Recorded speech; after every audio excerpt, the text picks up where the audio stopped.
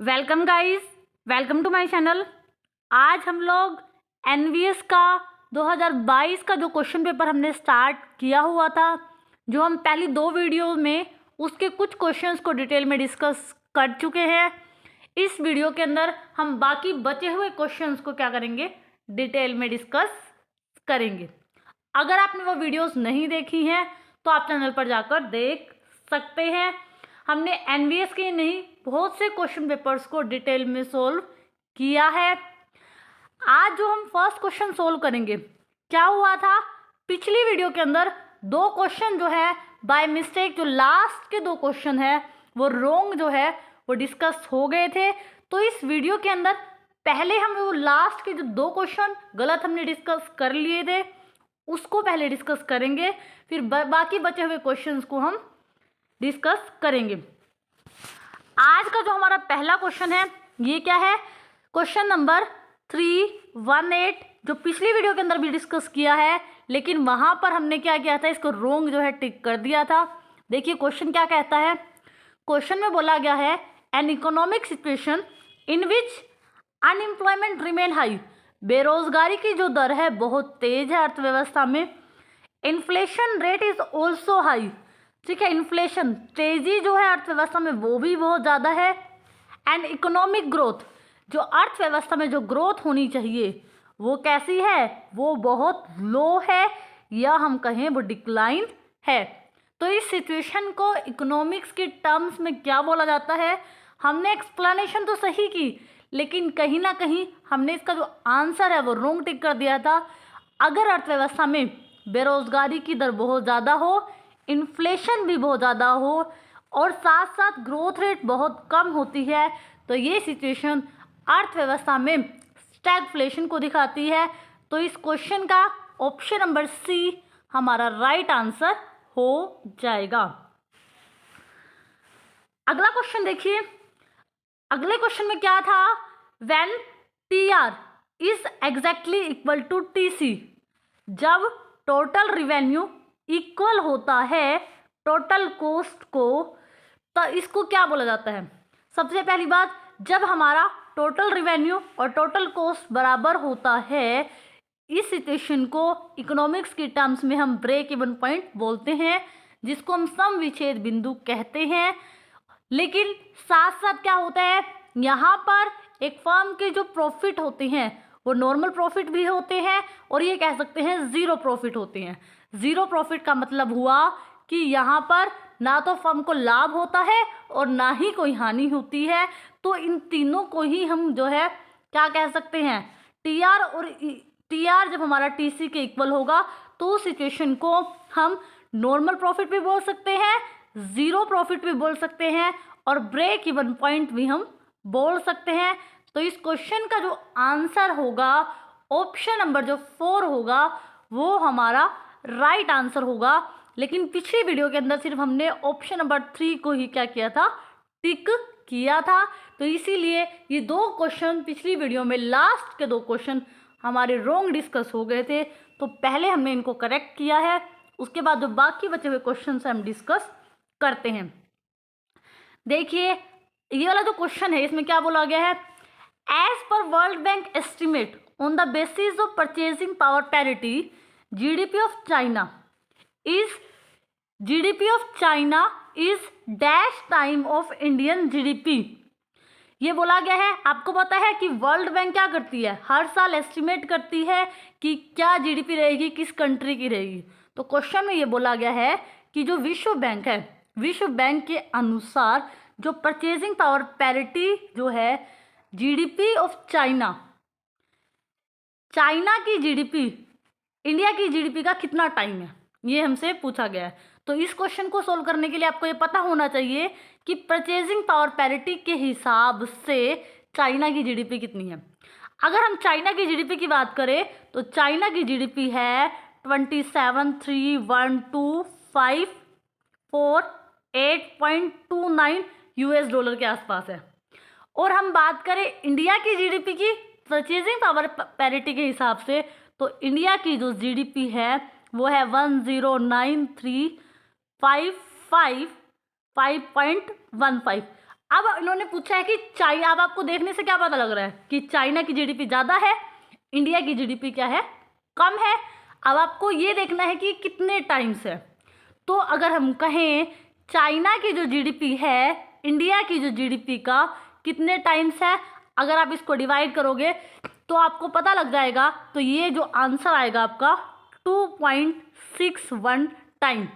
इसलिए हम क्या कह सकते हैं कि चाइना की जो जीडीपी है वो इंडिया की जीडीपी से 2 गुना से 1 जो है ज़्यादा है। तो इस क्वेश्चन का जो आंसर होगा ऑप्शन नंबर फर्स्ट हमारा राइट आंसर हो जाएगा। अगला क्वेश्चन देखिए। अगले क्वेश्चन में कुछ नहीं करना, आपको मीडियन की वैल्यू निकालनी है। अब आप क्या कर सकते हो, ये आपको सीरियल नंबर दे रखे हैं, ये आपको आइटम्स दे रखी हैं। अब आप देखिए ये पहले ही क्या है, ये पहले ही असेंडिंग ऑर्डर में लगी हुई हैं। अब आप देखिए कितनी आइटम्स हैं, ये आइटम्स हैं 8। तो आप मीडियन में कौन सा फॉर्मूला लगाते हो, आप लगाओगे n/2 का फॉर्मूला लगाओगे, क्योंकि ये क्या है, इवन नंबर है। अगर हमारे पास ओड नंबर होता तो हम n+1/2 का फॉर्मूला लगा देते।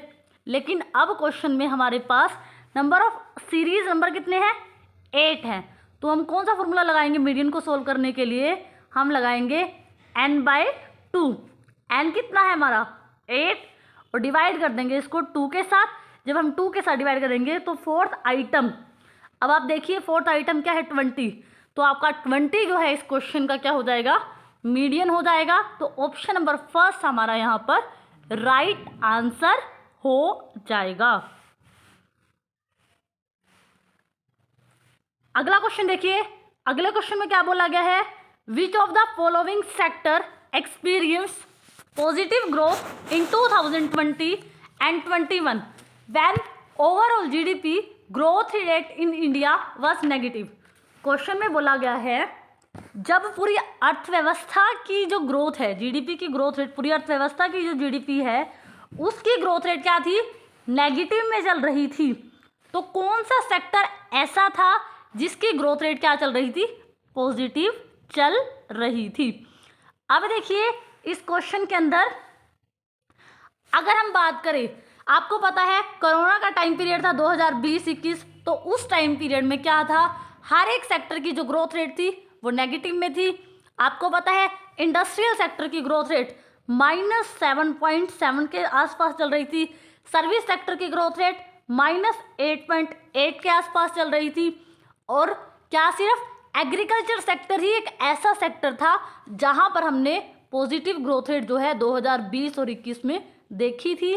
तो इसीलिए इस क्वेश्चन का जो आंसर होगा वो ऑप्शन नंबर 4 राइट आंसर हो जाएगा। अगला क्वेश्चन देखिए। अगले क्वेश्चन में बोला गया है according to National Family Health Survey. ये क्या है, नेशनल फैमिली हेल्थ सर्वे का जो डाटा है 2019 और 21 का, उसके हिसाब से total fertility rate in India कितना है। टोटल फर्टिलिटी रेट होता है कि एक वुमेन जो है कितने जो है बच्चे पैदा कर सकती है नेशनल फैमिली हेल्थ सर्वे के हिसाब से। तो उनका जो डाटा है उसके अकॉर्डिंग जो हमारी टोटल फर्टिलिटी रेट है वो कितनी है, वो है 2 है। इस क्वेश्चन का option number first right answer हो जाएगा। अगला क्वेश्चन देखिए। अगले क्वेश्चन में बोला गया है which of the following is not included in national income while using value added method. ये बोला गया है कि जब आप मूल्य वृद्धि, एक मेथड है वैल्यू एडेड, उसका यूज करते हैं तो कौन सी आइटम को नेशनल इनकम में शामिल नहीं करते।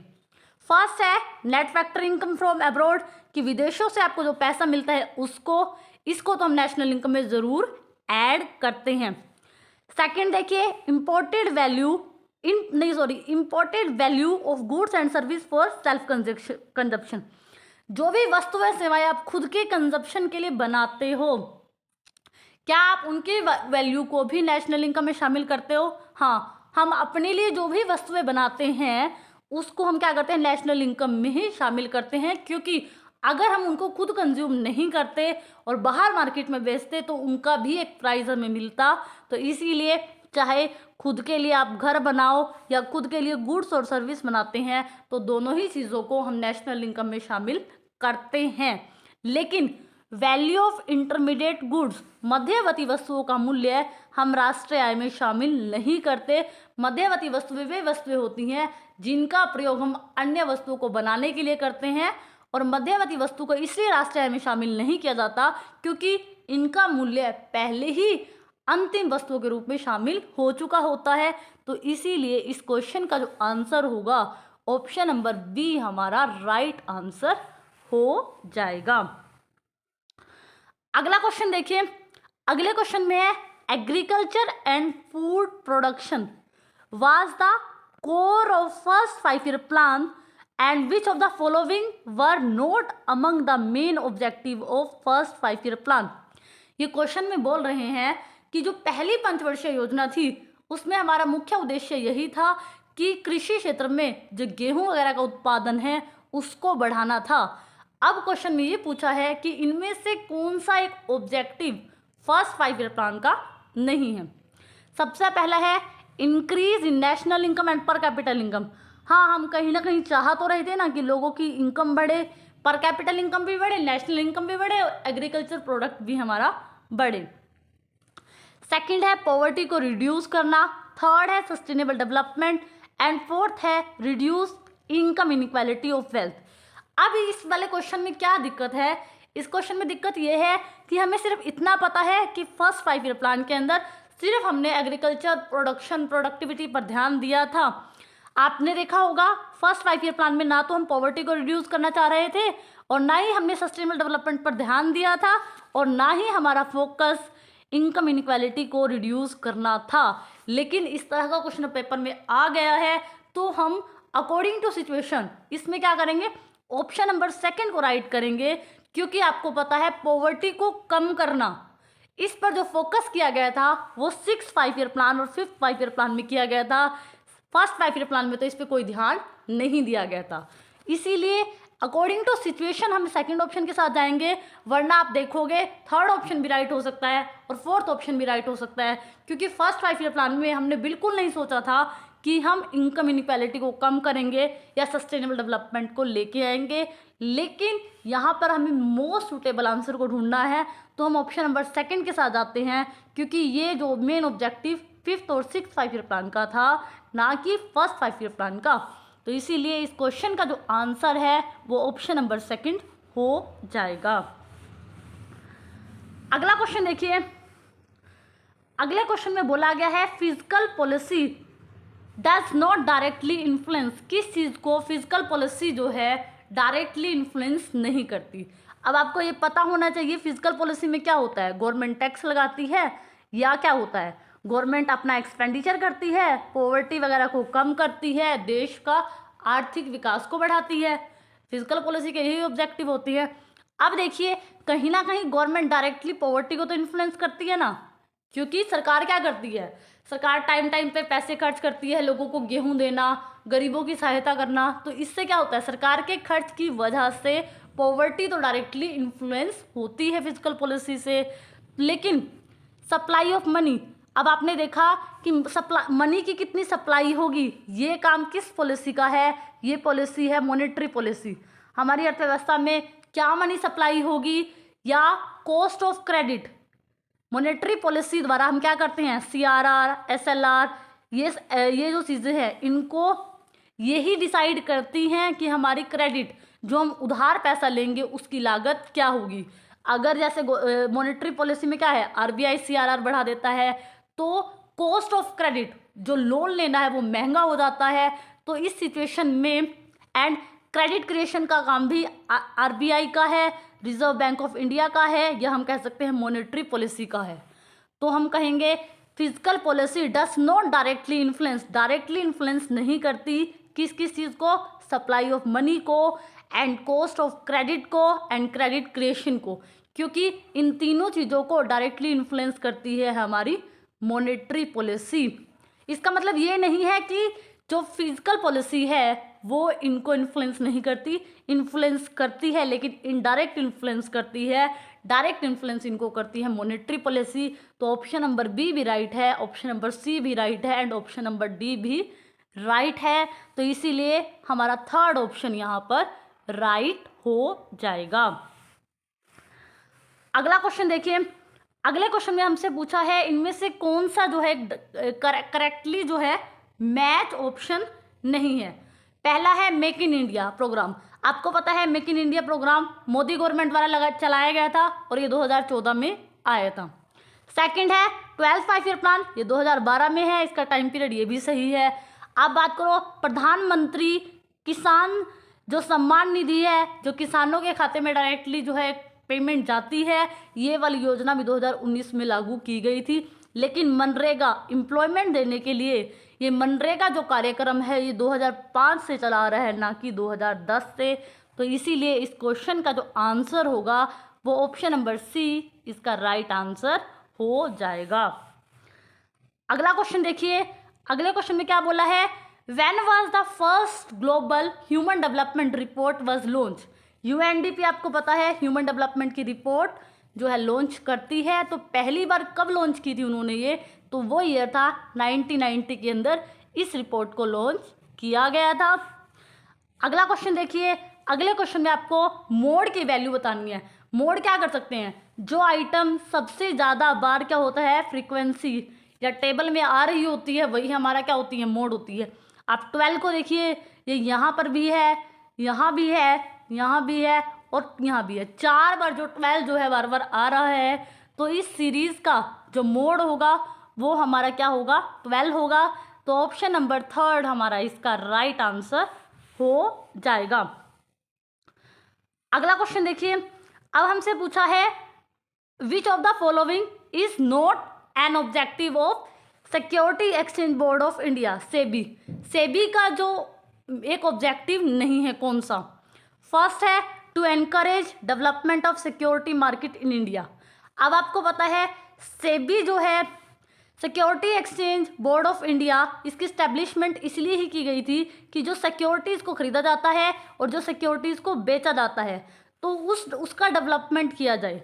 तो ये तो बिल्कुल राइट है कि जो सेबी का ऑब्जेक्टिव है कि एनकरेज करना development of security market. Capital market को कौन रेगुलेट करता है, कैपिटल मार्केट को आपको पता है कौन रेगुलेट करता है, उसको सेबी रेगुलेट करता है। और सेबी रेगुलेट करता है और कैपिटल मार्केट के अंदर हम क्या ट्रांजैक्शन करते हैं, प्राइमरी और जो सिक्योरिटीज़ होती है उनको बेचा जाता है। तो हम कह सकते हैं कि जो सेबी है उसका एक मेन ऑब्जेक्टिव है कि सिक्योरिटी मार्केट की जहाँ पर सिक्योरिटीज़ को बेचा जा रहा है खरीदा जा रहा है उसका एनकरेजमेंट हो इंडिया के अंदर। तो फर्स्ट ऑप्शन तो हमारा हो जाएगा राइट। अगला देखिए, टू प्रोटेक्ट इन्वेस्टर फ्रॉम, जो इन्वेस्टर्स के साथ जो भी इलीगल एक्टिविटी होती है, जो फ्रॉड होता है, हम क्या करते हैं डिफरेंट सिक्योरिटीज़ में इन्वेस्टमेंट करते हैं ना, सिक्योरिटीज़ मार्केट में पैसे को।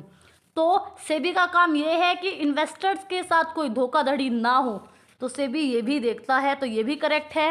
And to regulate security market in India, अभी मैंने आपको बताया कि सेबी का काम क्या है कि जो सिक्योरिटी मार्केट है, सिक्योरिटी मार्केट कौन सी है इंडिया में, हमारी कौन सी है कैपिटल मार्केट है, तो उसको रेगुलेट करने का काम भी सेबी करता है। तो ऑप्शन नंबर सेकंड देखिए, option number second to perform as a platform for promotion business activity in India, कि जो सेबी है वो एक प्लेटफॉर्म देता है कि बिजनेस एक्टिविटी को बढ़ाया जाए, ऐसा नहीं है। ठीक है, बिजनेस एक्टिविटी सिर्फ आप सिक्योरिटीज़ को बेचकर या खरीदकर सिर्फ बिजनेस एक्टिविटी नहीं होती, बिजनेस एक्टिविटीज़ में और एक्टिविटीज़ भी होती हैं। तो ये काम सेबी का नहीं है कि वो एक प्लेटफॉर्म दे बिजनेस एक्टिविटी के लिए, तो ये नहीं होता उसका काम। उसका काम होता है सिक्योरिटी मार्केट का रेगुलेशन करना, इन्वेस्टर्स के साथ कोई फ्रॉड ना हो, ये सब कुछ देखना सेबी का काम है, ना कि कोई प्लेटफॉर्म प्रोवाइड करना।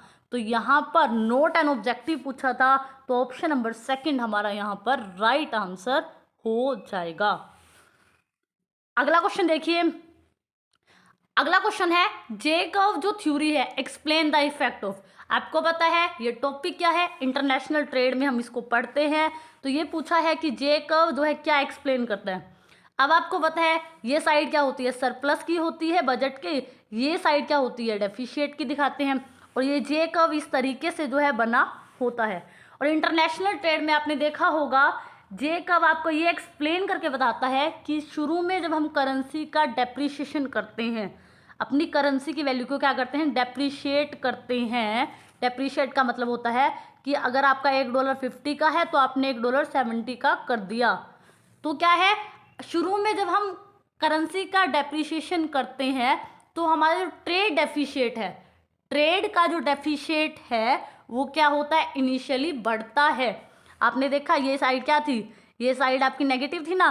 तो शुरू में हमने जब क्या किया, करेंसी का ये क्या जे कर्व क्या रिलेशनशिप दिखाता है कि एक तरफ आप करेंसी का डिवैल्यूएशन करोगे या डेप्रिशिएशन करोगे, दूसरी तरफ आपके ट्रेड के डेफिशिएट पर क्या प्रभाव पड़ेगा। तो ये क्या दिखाता है कि करेंसी का डिवैल्यूएशन या डेप्रिशिएशन करने से आपका जो ट्रेड डेफिशिएट है इनिशियली क्या होगा, राइज होगा। लेकिन उसके बाद अगर आप करेंसी का डिवैल्यूएशन या डेप्रिशिएशन करते हो तो आपका ट्रेड डेफिशिएट क्या हो जाएगा, पॉजिटिव में होने लग जाएगा। तो जे कर्व का आपको रिलेशनशिप समझ आया। तो यहाँ पर devaluation on balance of trade ये रिलेशनशिप हमारा दिखाता है जे कर्व। तो ऑप्शन नंबर 2 यहाँ पर हमारा राइट आंसर हो जाएगा। अगला क्वेश्चन देखिए, the decadal GDP growth rate in India during first decade 1950-1960 after India started development planning at 2004 and 5 price is was. ये बोला गया है कि जब इंडिया में जीडीपी की ग्रोथ रेट जो थी फर्स्ट डिकेड 1950-51 से लेकर 1960 के बीच इंडिया की जो 2004-5 की कीमतों पर जीडीपी में जो वृद्धि दर है वो क्या रही। ठीक है, क्वेश्चन में ये पूछा गया है कि भारत द्वारा योजना जब हमने लागू कर दी उसका पहला दशक बीत गया, लेकिन जो कीमतें थी वो क्या थी, 2004-5 की हम यूज़ कर रहे थे। तो उस टाइम पर जीडीपी में वृद्धि दर जो है कितनी रही। तो जीडीपी में अगर हम वृद्धि दर की बात कर रहे हैं तो ये जीडीपी में वृद्धि दर कितनी रही थी, 3.5% जो है जीडीपी में वृद्धि दर रही थी। तो इसीलिए इस क्वेश्चन का जो आंसर होगा ऑप्शन नंबर 3 हमारा राइट आंसर हो जाएगा। अगला क्वेश्चन देखिए, अगले क्वेश्चन में ये बोला गया है कि कौन सी जो स्टेटमेंट है वो क्या है आपकी करेक्ट है। फर्स्ट है working population include the people age 18 to 59। ठीक है, कि वर्किंग पॉपुलेशन के जो एज ग्रुप है वो कितना है, 18 से 59 ईयर का है। पहली बात तो आपको ये देखना है कि ये स्टेटमेंट करेक्ट है या नहीं। हाँ, इंडिया के अंदर वर्किंग एज जो ग्रुप है वो क्या माना जाता है, वो हम मानते हैं 15 से 64। तो ये तो हो गया हमारा इनकरेक्ट हो गया। ठीक है, it given as a estimate of total number of potential worker in an economy. Second point में बोला है कि ये क्या बताता है कि एक अर्थव्यवस्था में श्रमिकों की कुल संख्या का आकलन करता है। ये बात बिल्कुल गलत है, क्योंकि आपको पता है लेबर फोर्स होता है, एक होता है आपका वर्किंग पॉपुलेशन वर्क फोर्स होती है, एक होती है लेबर फोर्स। लेबर फोर्स के अंदर क्या होता है, जो लोग एम्प्लॉयड होते हैं वो भी आते हैं, जो अनएम्प्लॉयड होते हैं वो भी आते हैं। तो टोटल जितने आपके अर्थव्यवस्था में लोग हैं वो सब लेबर फोर्स में आएंगे। लेकिन वर्किंग फोर्स में कौन से आते हैं, जो गिवन प्राइस पर काम करने के लिए तैयार होते हैं या उन्हें काम मिलता है। तो आपका ये टोटल पोटेंशियल नहीं बताता। हो सकता है कि जो लोग आपकी लेबर फोर्स में हो उनके पास भी पोटेंशियल हो काम करने का, लेकिन किसी वजह से उनको काम नहीं मिल रहा, फिर वो अनएम्प्लॉयड हैं। तो आपकी इकोनॉमी में वर्कर्स का टोटल पोटेंशियल आप वर्किंग पॉपुलेशन से नहीं बता सकते। वो आप लेबर फोर्स में भी हो सकता है ना कि कोई लेबर ऐसा हो जिसके अंदर पोटेंशियल हो लेकिन किसी रीज़न की वजह से उसको काम ना मिला हो। तो ये स्टेटमेंट भी आपका गलत हो गया। ठीक है, अब आइए आप थर्ड स्टेटमेंट की तरफ। थर्ड स्टेटमेंट में देखिए क्या बोला है, India has the second largest number of potential worker in the world after China. ये स्टेटमेंट बिल्कुल सही है कि इंडिया के पास सेकंड नंबर पर सबसे ज़्यादा पोटेंशियल वर्कर है। पोटेंशियल वर्कर है कि जो काम जो है दुनिया संभावित जो पोटेंशियल है कि कितना वर्कर्स जिनकी संभावना है आफ्टर चाइना। तो चाइना पहले नंबर पर है पोटेंशियल वर्कर में, उसके बाद आता है इंडिया। तो इस क्वेश्चन में हमारा ऑप्शन नंबर जो सी है वही राइट है, बाकी सारे ऑप्शन गलत है। तो इसीलिए इस क्वेश्चन का जो आंसर होगा ऑप्शन नंबर बी हमारा राइट आंसर हो जाएगा। अगला क्वेश्चन देखिए, अगले क्वेश्चन में क्या बोला है, if the coefficient of income elasticity is -0.8 and income increase by 20%, तो डिमांड ऑफ अ कमोडिटी। तो आपको पता है कि इनकम इलास्टिसिटी का फॉर्मूला क्या होता है, इधर इलास्टिसिटी होती है इनकम की और इधर क्या होता है, चेंज इन इनकम और चेंज इन डिमांड, यही होता है ना, क्वांटिटी डिमांडेड। अब देखिए आपके पास जो इलास्टिसिटी है वो क्या दे रखी है, 0.8 दे रखी है, लेकिन किस में, माइनस के अंदर। और आपकी इनकम में चेंज कितना हुआ है, इनकम इंक्रीज हुई है 20% से, और यहाँ पर आपको चेंज इन क्वांटिटी नहीं पता। जब आप इसको क्रॉस मल्टीप्लाई करोगे तो आपका क्या आ जाएगा, माइनस का -16 आ जाएगा और क्या आ जाएगा, चेंज इन क्वांटिटी डिमांडेड। अब देखिए क्वेश्चन को देखिए, क्वेश्चन में क्या बोला है, इनकम आपकी इंक्रीज हुई है, लेकिन आपने देखा क्वांटिटी डिमांडेड के आगे आपका माइनस में आ रहा है। तो आपको क्या समझ आया कि जब इनकम बढ़े और आपकी क्वांटिटी डिमांडेड नेगेटिव का मतलब है कहीं ना कहीं घट रही है ना, तो ऐसा किस केस में होता है कि इनकम बढ़ रही होती है और क्वांटिटी डिमांडेड घट रही होती है। ये वाला केस कौन सा होता है, ये केस आपका इंफीरियर गुड्स का होता है। तो हम ये कहेंगे कि अगर हमारी इलास्टिसिटी ऑफ डिमांड 0.8 है और इनकम इंक्रीज करेगी 20% से, तो हम अपनी क्वांटिटी डिमांड को 16% से घटाएंगे, क्योंकि जो गुड हम यूज़ कर रहे थे वो कैसी थी, वो एक इंफीरियर गुड थी। तो इसीलिए इस क्वेश्चन का जो आंसर होगा वो क्या हो जाएगा, हमारा ऑप्शन नंबर बी हमारा राइट आंसर हो जाएगा। अगला क्वेश्चन देखिए, अगले क्वेश्चन में क्या बोला है, अगले क्वेश्चन में बोला है फर्स्ट डिग्री प्राइस डिस्क्रिमिनेशन। आपको पता है फर्स्ट डिग्री प्राइस डिस्क्रिमिनेशन एक ऐसी सिचुएशन होती है कि एक कंज्यूमर जितना भी देने के लिए तैयार होता है प्राइस, प्रोड्यूसर उतना ही उससे क्या लेता है, प्राइस ले लेता है। जैसे एक कंज्यूमर 10 रुपये किसी कमोडिटी के लिए देने के लिए तैयार है, तो प्रोड्यूसर भी उसका प्राइस 10 ही रखता है। और ये वाली सिचुएशन क्या होती है, फर्स्ट डिग्री प्राइस डिस्क्रिमिनेशन की होती है। और फर्स्ट डिग्री प्राइस डिस्क्रिमिनेशन में हर एक कमोडिटी के लिए जो प्राइस होता है वो अलग डिसाइड होता है। तो इस सिचुएशन में क्या होता है, देखो डायग्राम से मैं आपको बताऊं तो क्या होता है, जैसे कि इधर क्या है, प्राइजेज हैं और इधर क्या है, क्वांटिटी डिमांडेड है। तो अगर ये प्राइस कुछ और होगा P1 Q1, फिर जो सेकंड कमोडिटी बेची जाएगी उसका प्राइस कुछ और होगा P1 Q1। तो हर एक कमोडिटी का प्राइस क्या होता है, अलग अलग होता है, क्योंकि फर्स्ट डिग्री प्राइस डिस्क्रिमिनेशन की है कि आप अलग अलग प्राइस ले रहे हो। और उस सिचुएशन में क्या होता है, ये जो आपका AR होता है और यही आपका AR होता है एवरेज रिवेन्यू, और यही आपका मार्जिनल रिवेन्यू होता है। आपको ये समझ आया, यही लाइन आपकी एवरेज रिवेन्यू होती है और यही लाइन आपकी मार्जिनल रिवेन्यू होती है।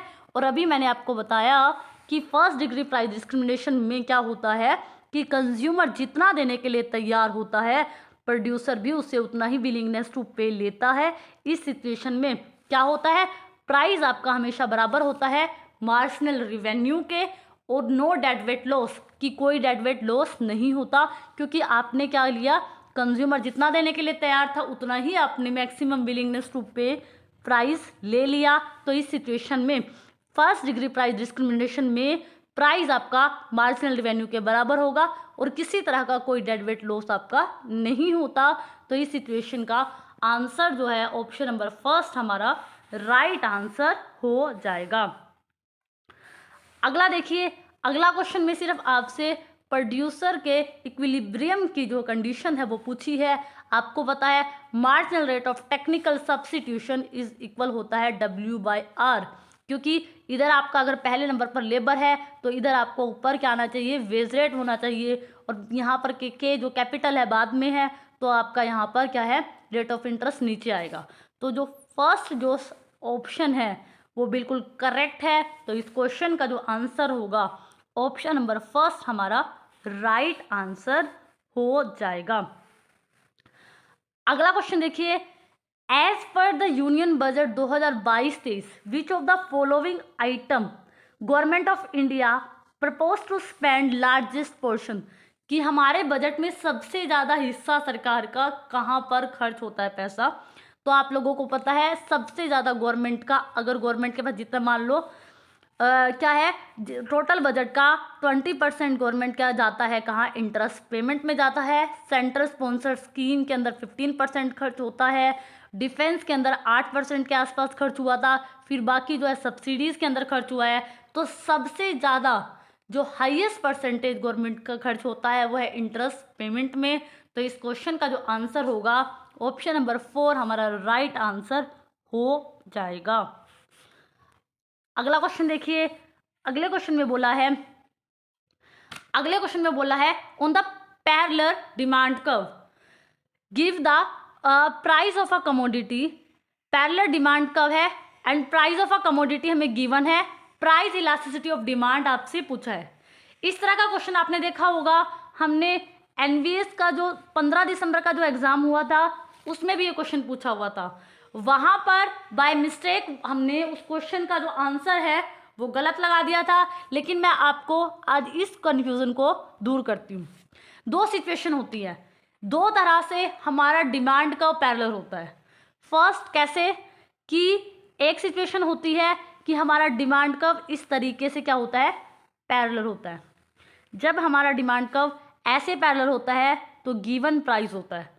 एक सिचुएशन होती है कि आपका डिमांड कर्व इस तरीके से पैरेलल होता है। आपको इस वाले क्वेश्चन में कभी अब कोई कन्फ्यूज़न नहीं होगी। वैसे तो मैंने जो पिछली वीडियो के अंदर ये क्वेश्चन आया था तो उसका आंसर पिनअप किया हुआ है, लेकिन मैं आपको दोनों का ही जो डिफरेंस है वो क्लियर कर देती हूँ।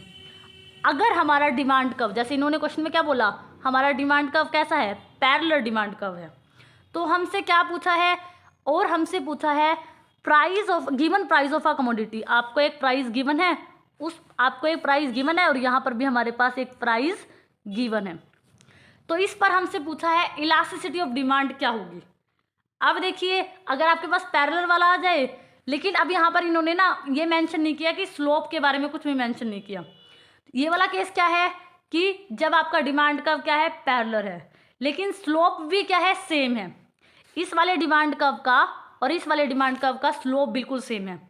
तो आपका क्या होगा, अगर आपके डिमांड कर्व का स्लोप जो है सेम है और डिमांड कर्व क्या है, पैरेलल है, तो इलास्टिसिटी ऑफ डिमांड क्या होगी, इस ई पॉइंट पर ज़्यादा होगी और इस E1 पॉइंट पर क्या होगी, कम होगी। ठीक है, क्या होगा कि ई पॉइंट पर क्या होगी, ज़्यादा होगी और E1 पॉइंट पर कम होगी। ये क्या है, मैथमेटिकल तरीके से जब आप इसको सोल्व करेंगे किसी एक वीडियो के अंदर ना, हम इन दोनों ही कॉन्सेप्ट को मैथमेटिकली सोल्व करके मैं आपको दिखाऊंगी कि किस तरीके से जब हमारे डिमांड कर्व पैरेलल होते हैं, पैरेलल तो इसमें भी है, पैरेलल इसमें भी है, लेकिन क्या कॉन्सेप्ट में डिफरेंस है, यहाँ पर डिमांड कर्व पैरेलल है, लेकिन यहाँ पर जो स्लोप है ना दोनों ही डिमांड कर्व का, वो क्या है, स्लोप जो है डिमांड कर्व का सेम है। तो यहाँ पर इस पॉइंट पर इलास्टिसिटी और इस पॉइंट पर इलास्टिसिटी क्या होगी, डिफरेंट होगी। ये वाला क्वेश्चन बहुत ज़्यादा पेपर में पूछा जाता है कि दो डिमांड कर्व पैरेलल हैं, कई बार बोल देता है कि स्लोप भी उनका सेम है, तो प्राइस इलास्टिसिटी क्या होगी। तो अगर इस तरह से उसने क्वेश्चन पूछ लिया कि दो डिमांड कर्व है, पैरेलल है और उनका स्लोप भी क्या है, सेम है, तो एक गिवन प्राइस पर जो इलास्टिसिटी होगी वो डिफरेंट होगी। जो पॉइंट ओरिजिन के नज़दीक होगा, ओरिजिन के नज़दीक होगा, वहाँ पर इलास्टिसिटी क्या होगी, ज़्यादा होगी, और यहाँ पर इलास्टिसिटी क्या होगी, कम होगी। अब बात करते हैं इस वाले डायग्राम की। इसमें भी देखो डिमांड कर्व क्या होता है, पैरेलल होता है। ये वाला इसके पैरेलल तो है ना, ये वाला डिमांड कर्व इस डिमांड कर्व के पैरेलल तो है, लेकिन यहाँ पर क्या होता है, ये जो स्लोप होता है इस वाले डिमांड कर्व का डी का स्लोप और D1 का स्लोप जो है अलग अलग है। ये वाली सिचुएशन होती है जब हमारा डिमांड कर्व तो पैरेलल है, लेकिन क्या है, उन डिमांड कर्व के जो स्लोप है वो डिफरेंट है। जब डिमांड कर्व पैरेलल हो लेकिन उनके स्लोप डिफरेंट हो, जैसे आपने देखा ये वाला जो डिमांड कर्व है इसका स्लोप लेस है और ये वाले डिमांड कर्व का स्लोप मोर है, तो उस सिचुएशन में इलास्टिसिटी ऑफ डिमांड क्या होगी, सेम होगी। इस ई पॉइंट पर भी वही इलास्टिसिटी ऑफ डिमांड होगी और E1 पॉइंट पर भी इलास्टिसिटी ऑफ डिमांड होगी। अब आज के बाद अगर आपका क्वेश्चन आता है कि डिमांड का पैरेलल है, इलास्टिसिटी ऑफ डिमांड बताओ, तो आपको ये देखना है कि आप स्लोप के कंटेक्स्ट में क्या आंसर दोगे। ठीक है, अगर सेम स्लोप है तो इलास्टिसिटी आपकी डिफरेंट रहेगी।